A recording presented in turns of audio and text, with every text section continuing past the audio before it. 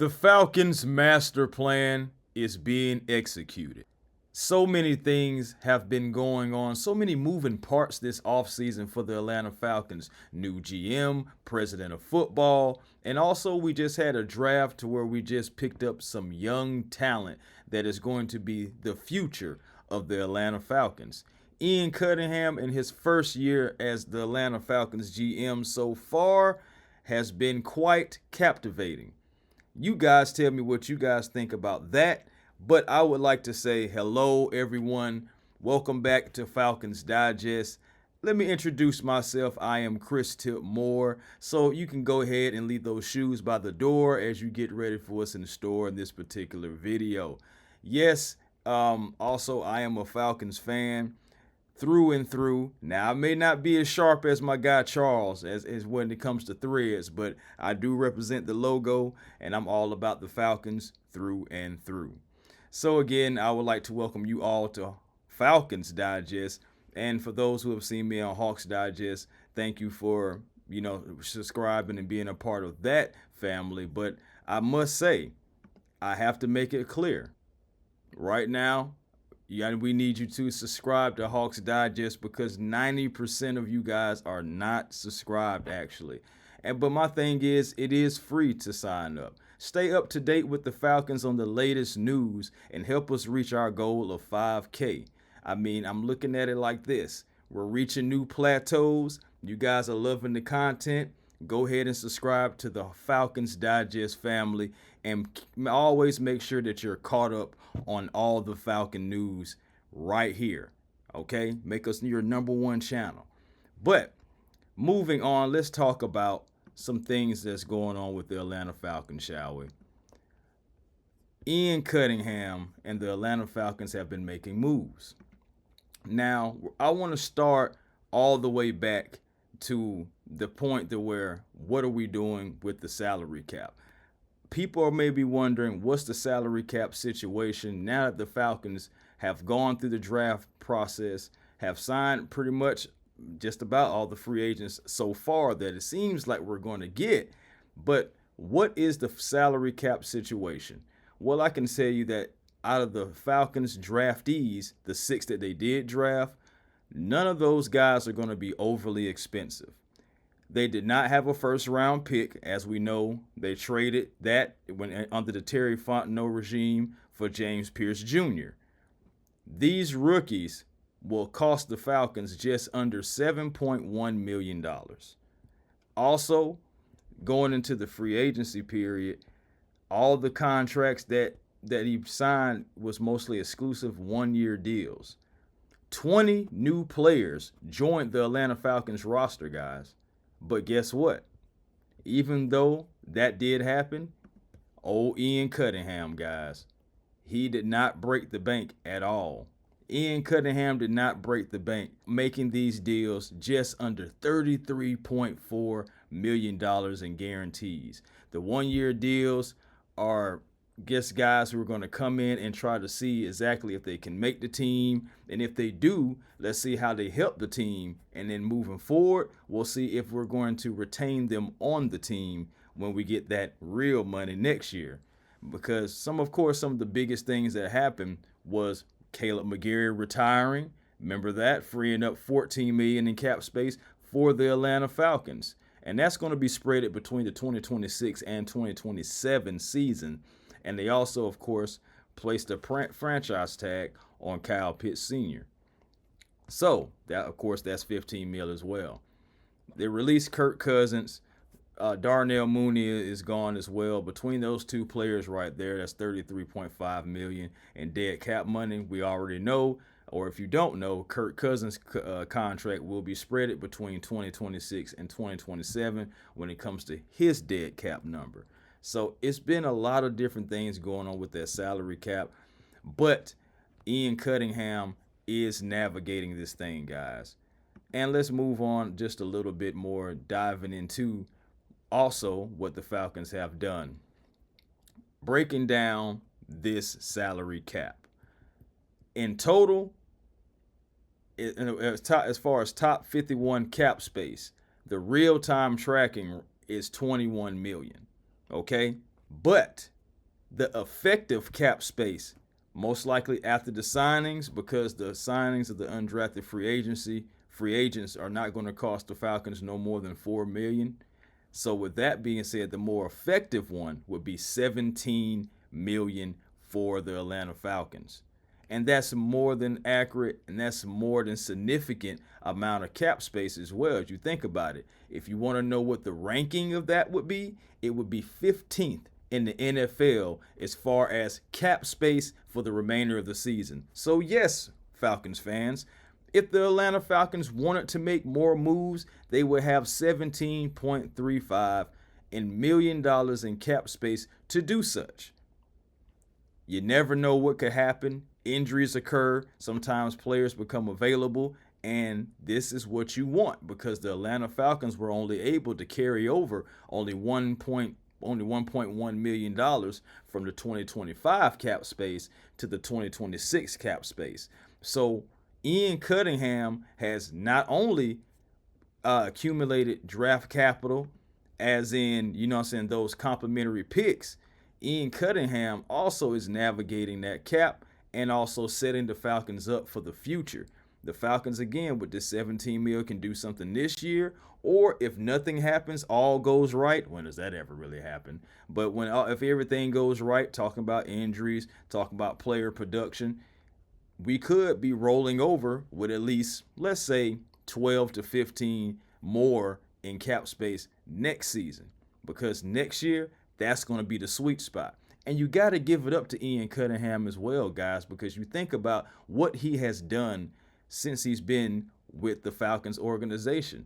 He has flipped some things. The leadership structure is different. Yes, you have Ian Cunningham as the GM, but you also have a former quarterback in Matt Ryan in a key role as the president of football. Bryce Johnston, he was hired from the Philadelphia Eagles, senior VP, football administration, senior player personnel, executive of overseeing the contract negotiations and the salary cap management. That is who is going to be on the Atlanta Falcons. That's most likely who is going to be helping with the Bijan Robinson deals and everyone else's deals that's coming in the forefront. But in order to do that, you had to part ways with someone. Chris Olsen, former senior director of football administration, of course, he is no longer with us. That is out with the old, in with the new, bringing in his guys. The scouting overhaul changed as well, as we hired a new guy for the scouting department, and we was able to move on from the previous regime members of Kyle Smith and Ryan Pace. Again, further Ian Cunningham making this team his own, bringing in his guys so they can go forward with the Atlanta Falcons and, of course, representing and doing what's best for this logo. So, again, like Ian Cunningham, guys, he is one of those guys that you just have to admire how he's coming in, changing up things, being transparent as well, because, Falcons fans, it seems like we was the Secret Service, or it felt like we was being more so of the Secret Service, But let's talk a little bit more about the cap situation, okay? Because even with the cap situation for the Atlanta Falcons, with that 21 mil that I said before, but most likely going to be adjusted, and the adjustment will be that 17 mil after guys are signed, and that will be going into the top 51 in cap space. But the milestone is $301.2 million. And when you break all that down, there are guys that make up the percentage of that cap space, guys. And I have those guys for you right here. Let's talk about it. Chris Lindstrom is at the top. He will have the highest cap number this year with over $26 million. Next, you have Jesse Bates, safety, at $24 million. Drake London is at $16 million. Jake Matthews at $16 million. And man, his dead cap. But we're not even going to talk about that right now. But let's hope Jake is a Falcon for life. Let's just say that. But also Kyle Pitts, Kyle Pitts at that $15 million. And speaking of the young lad, Kyle Pitts Sr., unicorn tight end for the Atlanta Falcons. He indeed signed his tender today.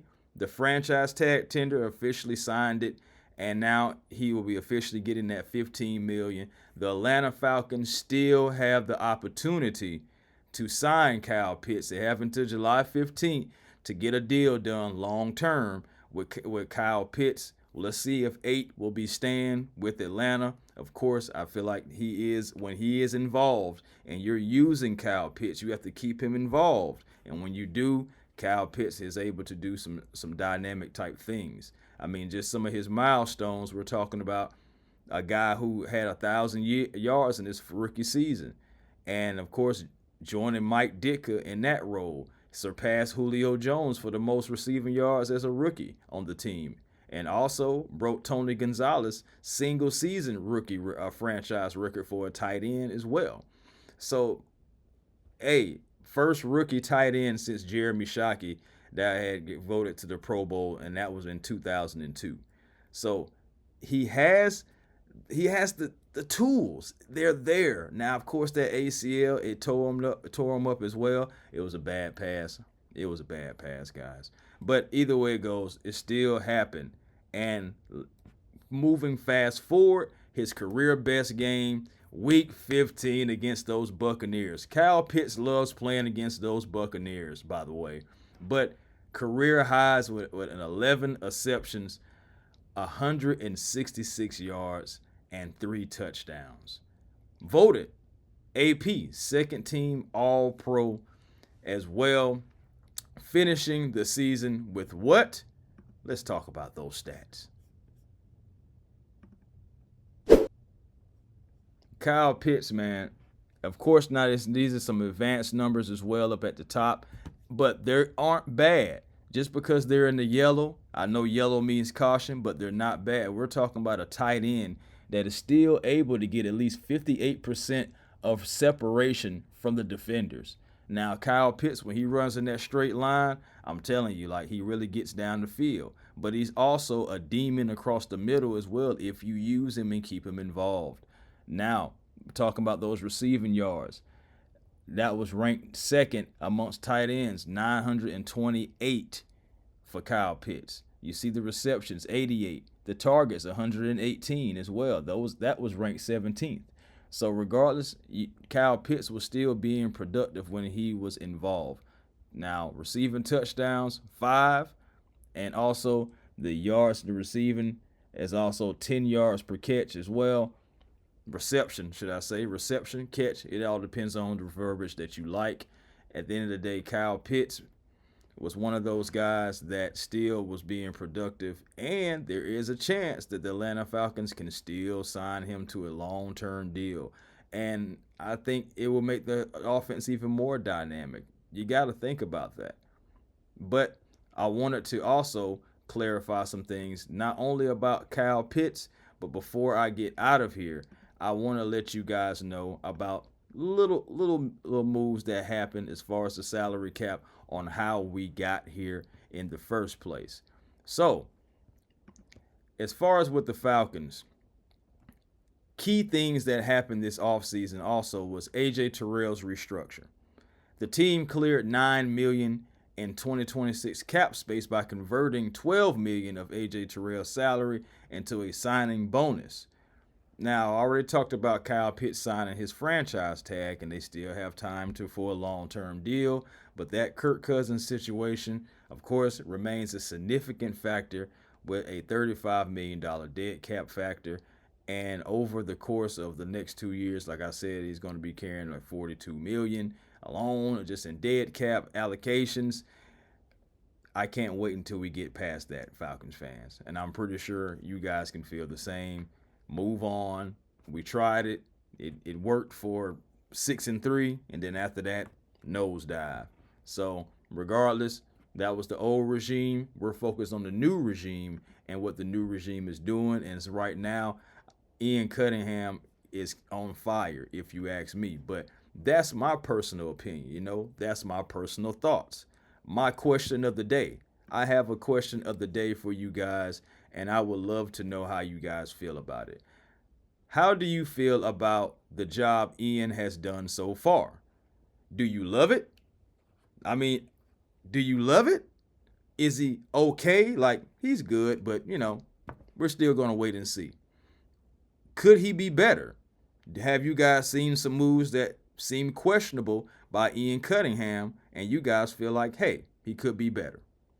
Or is there anyone out there that feel like we're doomed by some of the moves that he's made? He didn't make any big splashes. He was just navigating this and navigating that. He did what he could. Yeah, whatever. I would be very interested to see if anyone says we're doomed. But regardless, guys, it's going to be interesting to see exactly what happens moving forward. Ian Cunningham is the GM. And, of course, Matt Ryan, president of football. Let me know how you guys feel about Ian Cunningham in the comments. Again, thank you guys for watching the video, giving me time out of your day. My name is Chris Tip Moore. I am representing Falcons Digest. And until next time, peace and blessings to you all. And until you all, I will holler.